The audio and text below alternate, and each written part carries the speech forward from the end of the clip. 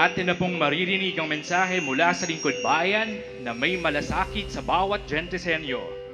Ang ating pangalawang punong lungsod, kagalang-galang, Jonas Porto Labugen.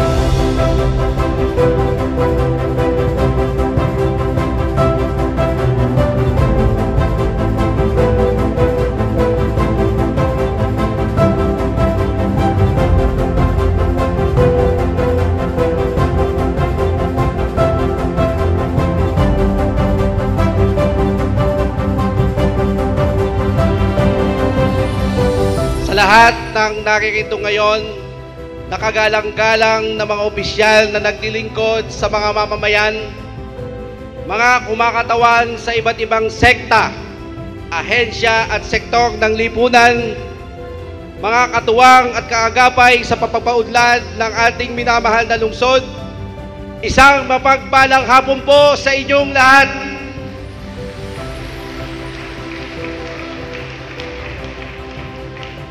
Karangalan ko po at karangalan po namin na makasama ang bawat isa sa inyo at maging bahagi ng napakahalagang pagtitipong ito.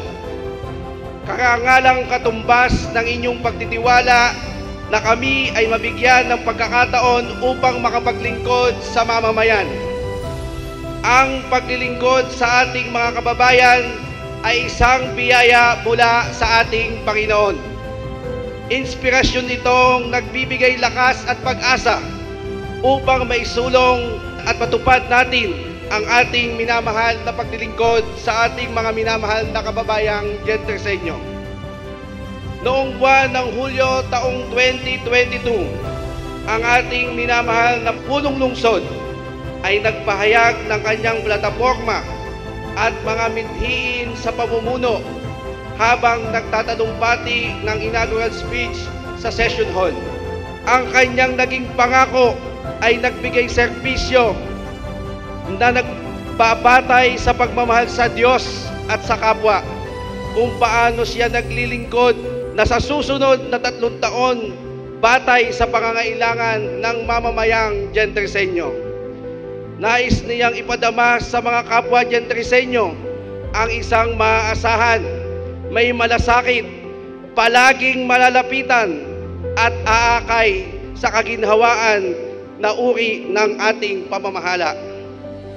Kami, kasama ang ating kinatawan sa ika-6 na distrito ng lalawigan ng Cavite, kagalang-galang Antonio Ferrer, mga kagawad ng Sangguniang Panglungsod, gayon din ang ating mga kinatawan sa lalawigan, ay bumabati at nagagalak sa ating punong lungsod dahil sa marami niyang kapaki-pakinabang na programa sa ating lungsod na tumugon sa pangangailangan sa ating mga mamamayan. Sa katunayan, nalampasan pa po niya ang kanyang mga ipinangako. Sa ating punong lungsod, umasa po kayo na kami na bumubuo ng Sangguniang Panglungsod ay patuloy at dagliang susuporta sa lahat ng inyong mabubuting programa para sa ating mga mamamayan tungo sa higit pang pag-unlad ng ating lungsod. Mga ginigiliw kong mga kapwa Gentisenyo at mga panauhin sa hapong ito, makalipas ang 847 araw, muli nating maririnig ang ating punong lungsod at sa pagkakataong ito upang mag-ulat tungkol sa kasalukuyang katayuan ng ating lungsod, gayon din ang bunga ng kanyang paglilingkod sa ating lahat, kasama ang iba pang mga plano at pangarap sa hinaharap.